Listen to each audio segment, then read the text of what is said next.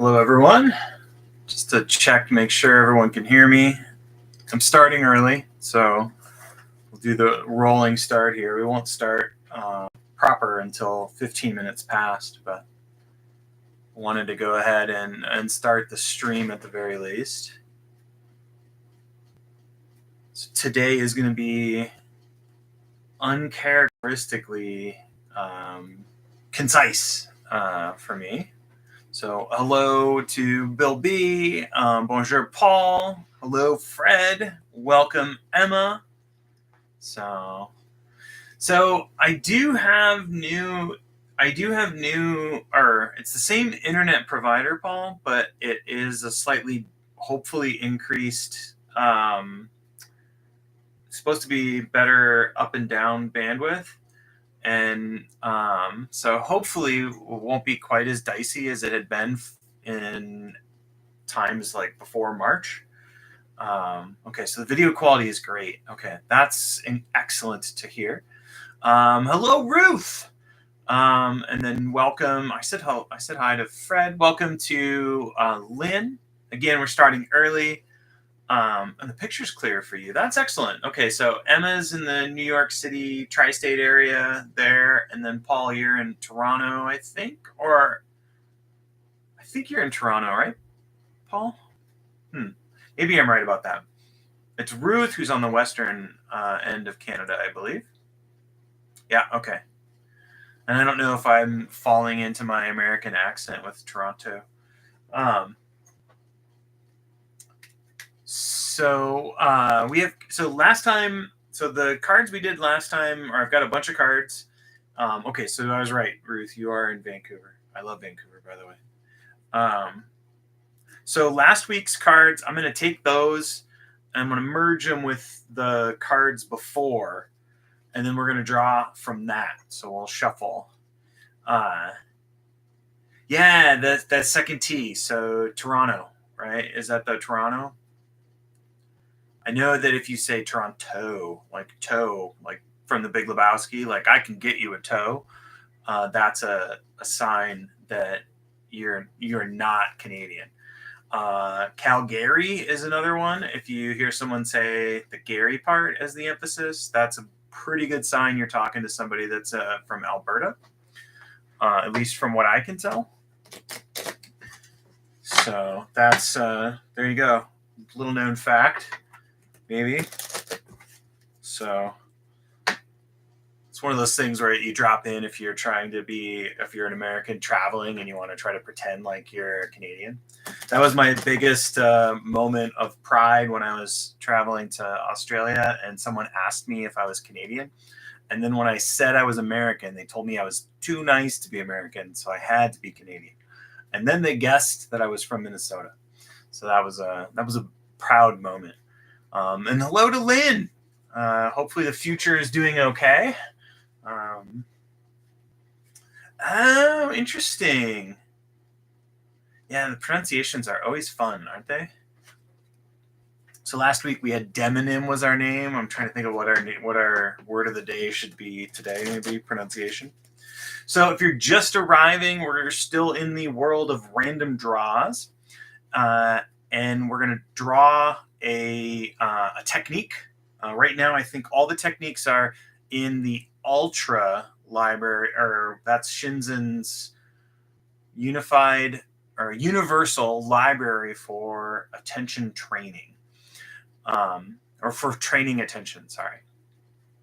Hello, Trisha, and let's see. Hello, Colette. Welcome, Patrick. I think I got everybody. I got both Lynn's, Lynn C and Lynn J. And usually we see Gabrielle about this time, maybe S. Quinn.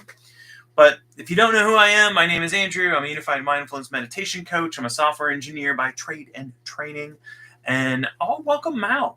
Hello.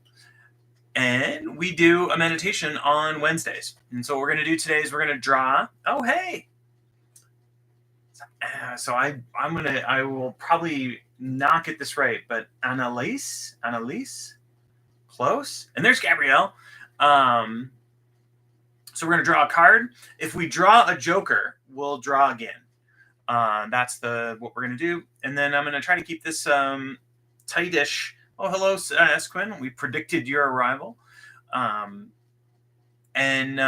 we'll finish up in about 25 minutes because I got to get somewhere. So we're going to draw this. I've got 25 minutes on the clock. I got a special bell that I'm going to ring. And yeah, so what are we going to do? We're going to do a 25-minute sit with our technique drawn from this deck of cards. We'll have 5 minutes at the end to do nothing. I think I hit everything, but probably not as fast as I'd expected. All right, so I've shuffled a couple times. I tend to shuffle too much and loudly. So, this was trying to get away. Just see. That would have been a nice magic trick, though, because I really don't want to guide Just see. All right.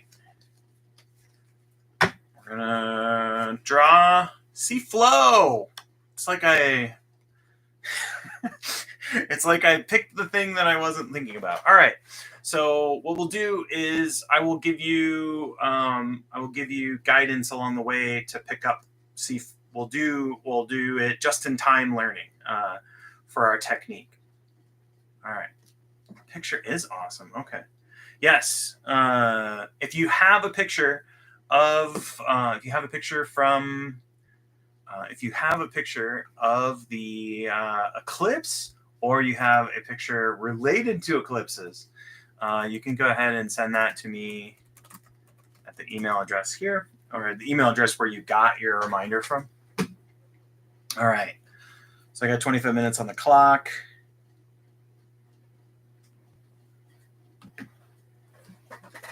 Let's go. Yes. If your picture happens to be eclipse adjacent, I'll include it next week.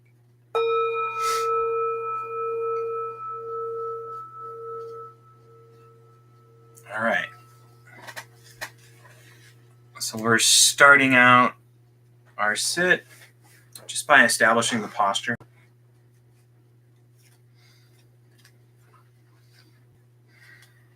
And what we're looking for is a posture that will help us to be mostly still, to be upright. And the reason for that is the alertness that we get from being upright. We don't want our posture to be uptight, where we're tensing and holding. And the reason for that is that just can't maintain it for the whole sit. So what we're hoping to do is use the posture of the skeleton as a way to get us in a position to be upright without being uptight. And so you could be lying down, you could be walking, you could be standing, totally fine. I'm going to focus on the seated posture. So either sitting in a chair or sitting on a cushion.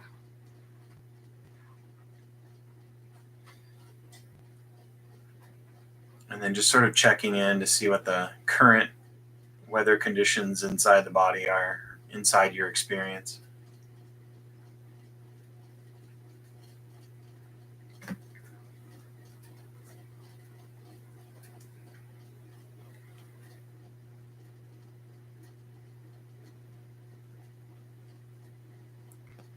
And really just allowing whatever's here already to be here. And then finally, just capping off our setup here with a few deliberate breaths. Cribbing from the Beastie Boys here, we're looking for slow and low with our breaths. Breathing in through the nose allows us to breathe slowly. That can allow us to breathe low into the belly.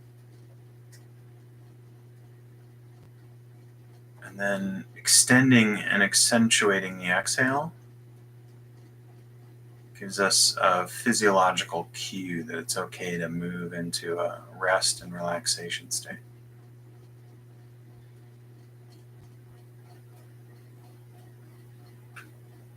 And so our technique is See Flow. And let's start with the idea of flow.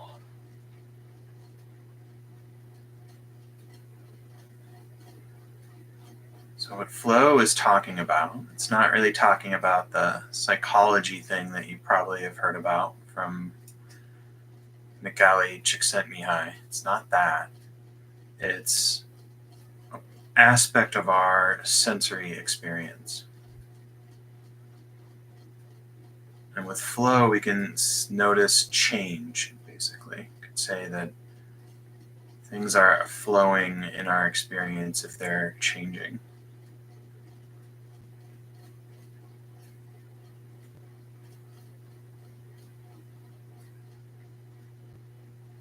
So if we want to touch into a bit of flow,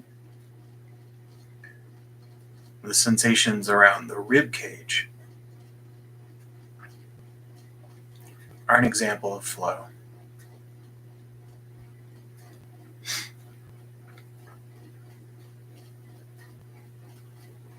And those sensations are changing as the ribs gently expand and contract.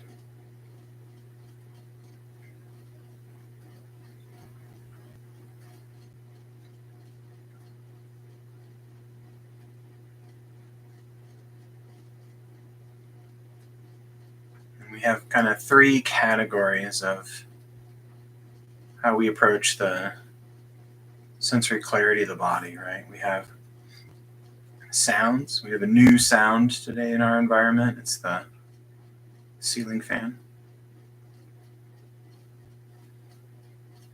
So that's here, both inner talk and auditory sounds, outer auditory sounds.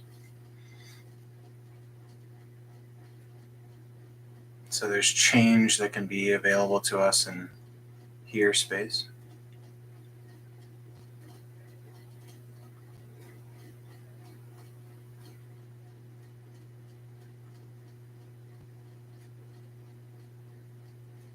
And then there's the physical body and emotional body, feel. And the breath was just one example of that. And then our technique for today is see flow.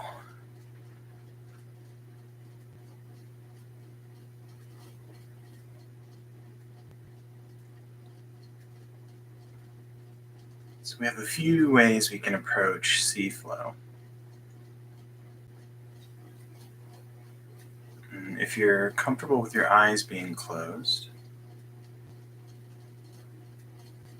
you can use that, as Jeff calls it and Shinzen calls it, the Gauss field that you see with the eyes closed. And Jeff likes to say it's this sort of lava lamp shapes that you might get as the eyes adjust to having the eyelids closed.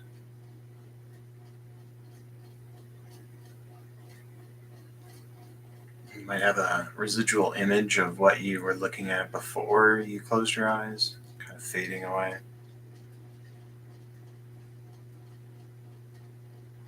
So we could think of that as sort of see out flow, if we want.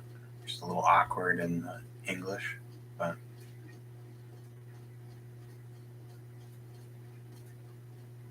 what that is calling attention to is this idea that we're getting sense input from the visual cortex, I guess, you could say, if you want to be fancy.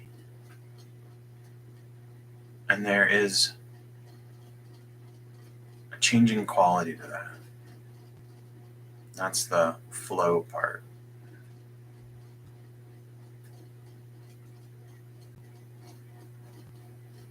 Now, with eyes closed, you might have mental images that come and go. Maybe they even come and morph while they're present. And we could notice those if they're there, and they might not be, no problem. And label them see flow.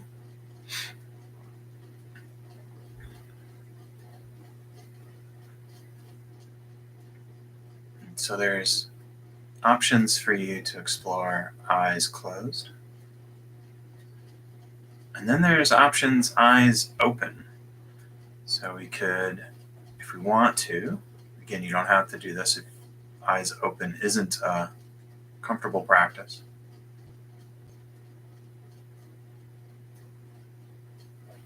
You can have the eyes open, so all the way, or the gaze sort of the eyelids half closed. And then just noticing where the eyes land. And as that movement is happening, that's another opportunity for us to notice as we are tracking in different spots.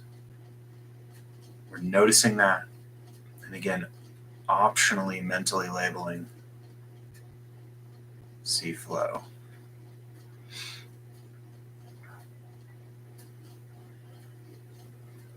So we might have a stimulus that's changing in front of us, video screen or view of traffic outside. And we could also think about the movement of where our eyes are focusing as another type of change that we can label as flow. So that's a lot to take in a short period of time. I'm going to give you a few minutes to play around, eyes open or eyes closed. We're noticing the changing qualities of vision. If something comes up that's outside of that, no big deal. It's an opportunity to notice that we're out of our focus range and then bring our attention back kindly with care. And then resume the technique.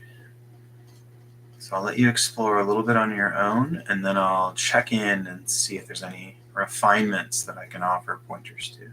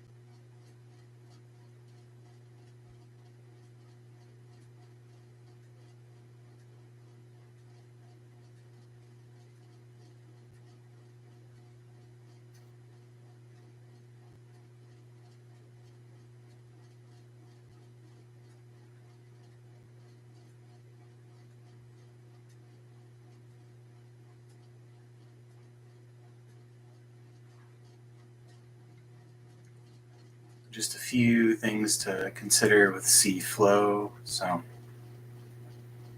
if your eyes are open and you're experimenting with that, you may notice that if you were to look at something in your environment, your eyes will go a certain in a certain pattern. So when we look at a picture, there's certain things we look at first, and then our eye moves.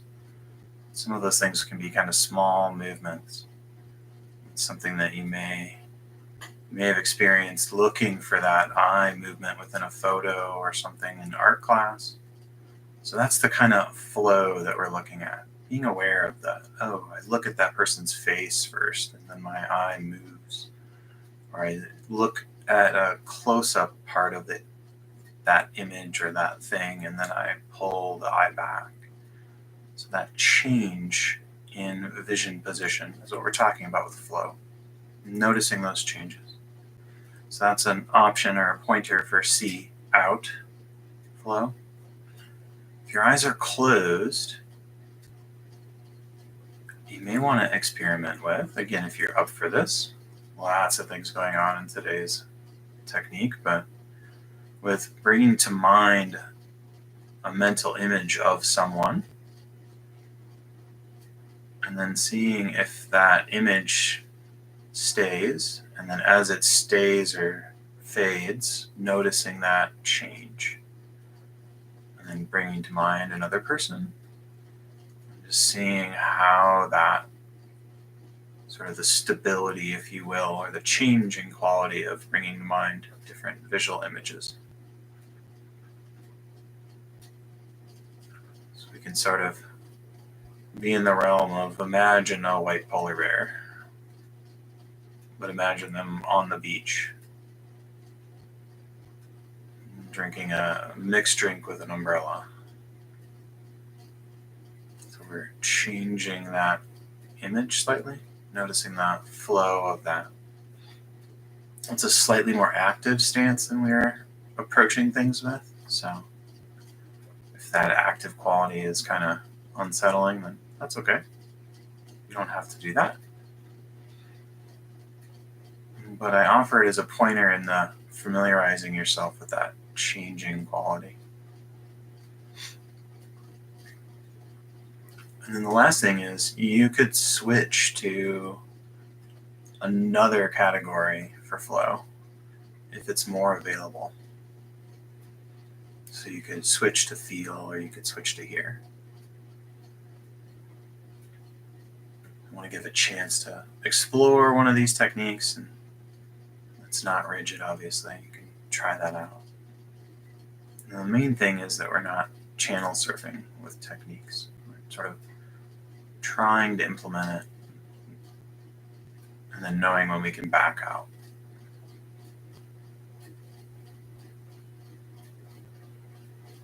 All right, keep going.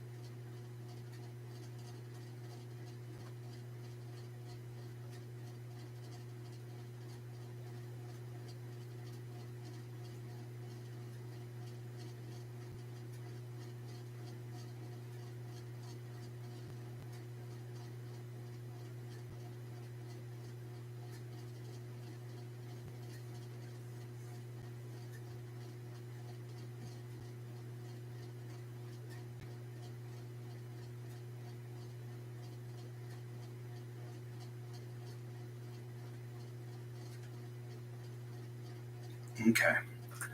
So you always have the choice to continue with whatever technique we've pulled out of the deck. So it's an option for you as always. And it's also totally an option to not do anything I'm talking about. So I didn't mention that at the top, but that is definitely an option. But this is the time that I let you know if you want to let go of the technique and shift into the do nothing practice. This is your opportunity. And with do nothing, we're letting go of any of our intentions to control our attention. And we're adopting a sort of open aperture to our experience, allowing our attention to move where it wants, which is why some practices or some traditions call this choiceless awareness.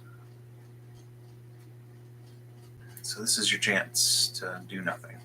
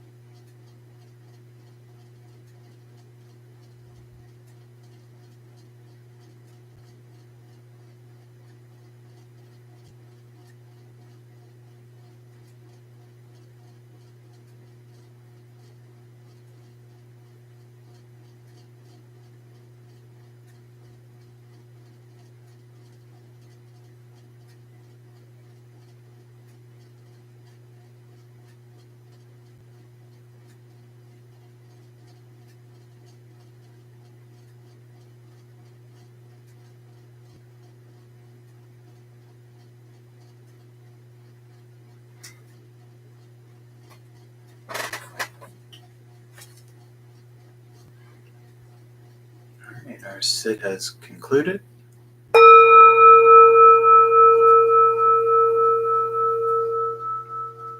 Thank you for your practice. May any merit that was generated during that time we were practicing together go to benefit all beings. Thank you so much for making time on your Wednesday. And then, yes, and thank you for the warm welcome to Annalise. Hopefully I'm close. I hate to run off. You're incredibly welcome, Emma and Ruth and Gabrielle, as always. So next week, what we'll do is will be the last one for playing around with the deck. I'll add in a different set of, I'll add in a little bit of active practices that are kind of in what Shinzen refers to as nurture positive. And I'll try to give a little bit of a leeway into that. Oh, does it seem like the bell sounds loud? Okay, louder, but better. That's good. Yeah, and if you enjoyed your time, you can always communicate that with a like, clicking the like. If you haven't subscribed, please do that. I think that's a thing people on YouTube say. If you haven't joined, you're very welcome, Trisha. If you haven't joined for, oh, okay. So you did like the fan, good. Because that's a creature comfort for me during the summer. And if you haven't been getting reminders, a few folks I know are here, and they may be here today because they got reminders. You can email me, well, either there or there, wherever I just put that. And yeah, and thank you for all the likes. We just got a big bump there, so I really appreciate that. And Jeff's your guide on Sunday. And I think now the other thing too is Caroline Casey is your guest on the MindBot Adventure Pod this week. And Caroline is someone that Jeff had been quoting and threading information into into DMPs as inspiration for the last couple months. So that's a podcast episode probably worth checking out. Magician and Trickster, I believe, is the title. Yeah, Paul, I'm not necessarily a Coyotes fan myself. I have allegiances elsewhere in the NHL, but my team in town in Tucson is the Coyotes farm team, and this change with location means that we're going to lose our team in Tucson. So I'm pretty bummed about that. So, all right, have an excellent rest of your week, and I'll see you on Sunday.